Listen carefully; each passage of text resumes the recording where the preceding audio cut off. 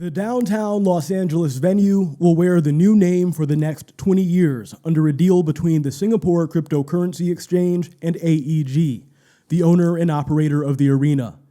The arena's new logo will debut on December 25th when the Lakers host the Brooklyn Nets, and all of the Staples Center signage will be replaced with the new name by June of 2022. Good morning. You are listening to another episode of Black Man Into the Wild. I'm blessed to be here with you all today, and I'm blessed to have you here with me as well. Today, we're going to spend maybe 30 seconds to a minute learning just a little bit more about the iconic Staples Center in Los Angeles rebranding to the Crypto.com arena. I imagine by now you've likely already heard the news, but I figured this would be a good place to start. And then, like I mentioned in the last episode, how I was working on a follow-up to the podcast where we talked about the Cleveland Cavaliers NFTs. Today, we're going to look at some of the plans that Nike has to leverage non-fungible tokens. We're going to talk about an unreleased Kanye West song that will serve as the generational foundation to unveil the future of music streaming in Web 3.0. And then speaking of music streaming, I want to wrap up by looking at a company called Audius, a blockchain-based Spotify and Apple Music rival. But before we get started, if you have not already, please go ahead and subscribe to the channel, like this video, and share with your friends if you like what you hear.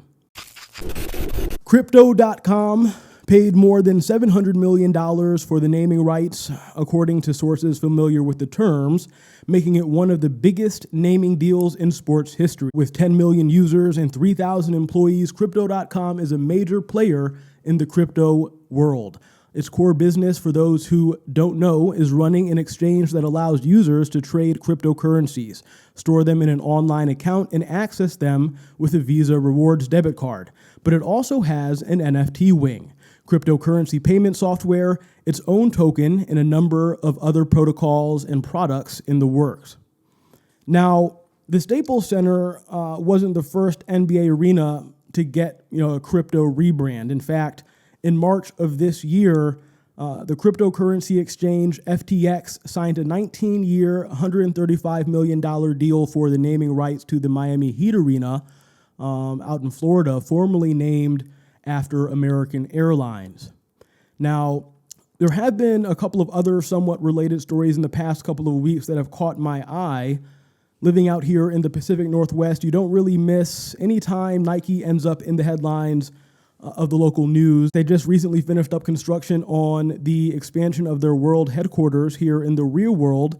And now recent reports show the athletic shoe giant looks poised to tackle the metaverse and NFTs. Nike, the American multinational footwear and sports apparel giant, is getting ready to step into the metaverse in the world of non-fungible token technology.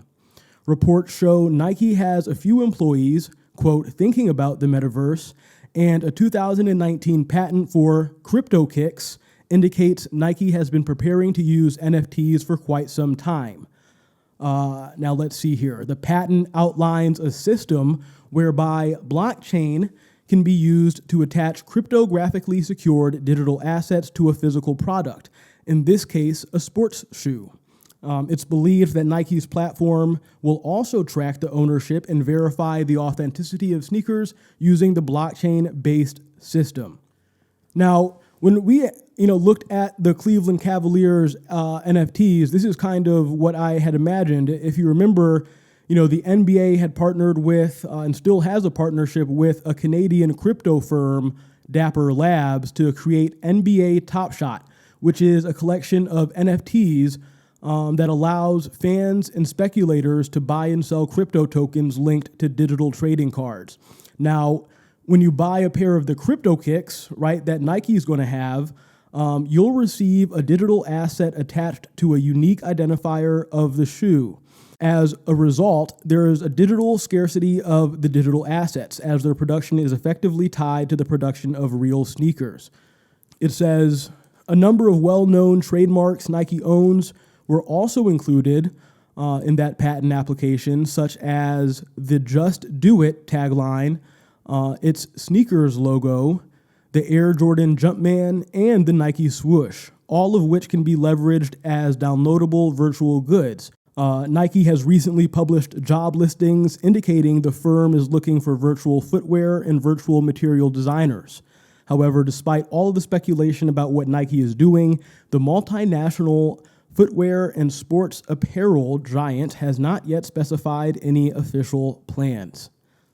Now, apparently, there's an unreleased song from Kanye West's Life of Pablo album that is now being sold as an NFT. Now, this article I'm pulling from doesn't say for how much, but I can imagine there being $1 million or more price tag associated with it. I guess one of Kanye's former producers, Keon Christ, who helped produce the album back in 2016, has this music file that he's preparing to sell as a non-fungible token. It says, Kanye West's 2016 album, The Life of Pablo, was a transformative moment for one of the world's most visionary rappers, and now an unreleased song from the album is being sold as an NFT. Held by Keon Christ, who was Ye's producer at the time, the 2044 The Lost Kanye Files NFT presents a song that has been lost in the deepest realms of the internet. Previously debuted at a secret listening party, the track has been widely unheard and is incredibly hard to find in high quality online. Until now. Speaking on the NFT, Christ says releasing this highly coveted leak will serve as the generational foundation to fearlessly unveil the future of music in Web 3.0. He adds, rules will be broken, risks will be taken. Christ's NFT is being sold online, and the lucky buyer will receive a private portal to stream more unreleased leaks via their leak token. Now, to finish up this morning, I want to stay on the topic of music streaming here for just a moment.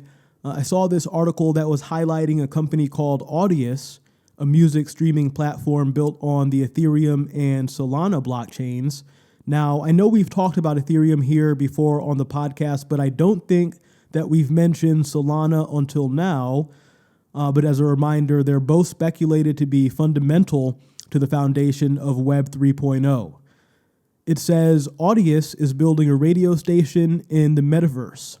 Now, DeFi Land, which I'm truthfully just beginning to learn about myself, a game in the metaverse that educates players about decentralized finance, is now integrating music streaming into its gameplay.